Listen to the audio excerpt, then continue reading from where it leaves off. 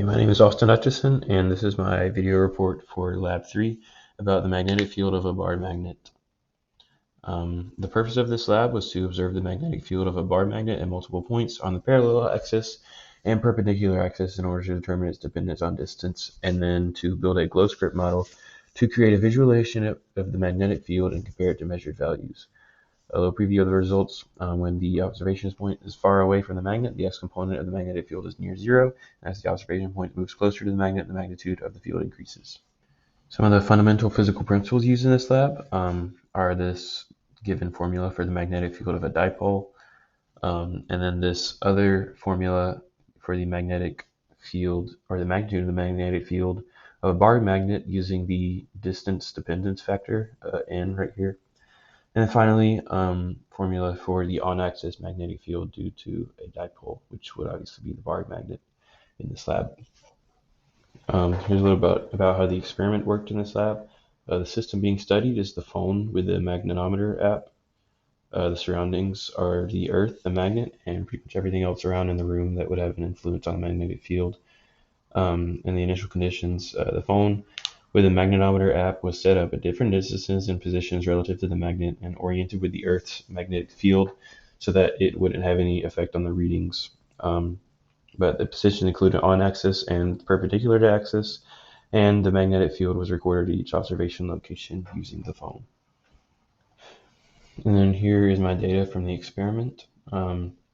You can see here's a graph of ln of the x component of the magnetic field versus ln of r, or the distance between the magnet and the phone or the magnetometer. So using ln because it's easier to see a linear relationship. But using this formula up here in the top right, it's easy to see that n is just equal to the coefficient of the variable, negative 2.7668. And then you can solve for k by setting ln of k also in this top right formula equal to 15.019. So you just compare that formula to the graph, and you find that k is equal to 3.0015 e to the negative 7th. And then to find the magnitude of mu, I just set this bottom formula for the magnetic field on axis equal to this second equation here, kr to the n, and solved for mu. Now I'll talk a little bit about my model. One assumption I had to make to model this was to assume that the magnetometer was perfectly aligned during the experiment and there's no interference from the Earth's magnetic field, so the readings were entirely from the magnet. But this first line right here creates the magnet in GlowScript. And then of course I set the magnitude of mu, or the magnetic dipole moment, equal to 1.5, which is the value that I calculated. And this function down here takes in mu, which is the vector for the magnetic dipole moment, and also a vector from the source to the observation, which is r, and it returns a vector for the magnetic field. And further down, this first group of lines just creates a few observation points that we're going to be modeling or observing, obviously. And then these next few lines essentially create a magnetic field at each point due to the magnet, and then create an arrow to visualize that. And then these lines are repeated for each of these observation points. And then down here, these lines essentially do the same thing, but at a point at a 45-degree angle from the magnetic dipole moment. So that's this purple line you see up here in the corner. But this picture is just my model. You can see the direction of the magnetic field. And then I found that the magnitude of the magnetic field is a typo.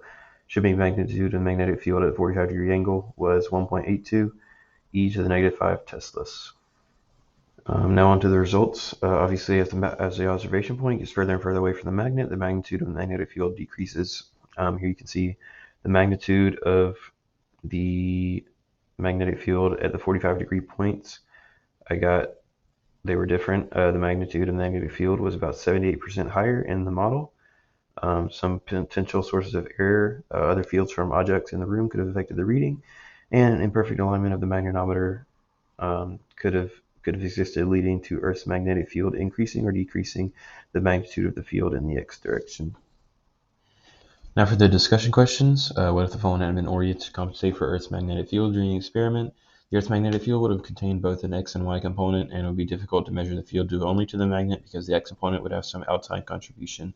But if you were to stick two magnets together end to end, the direction of the field at each observation point likely would not change as long as the magnets are oriented in the same direction, but the magnitude of the magnetic field would certainly increase since there's a contribution from both magnets.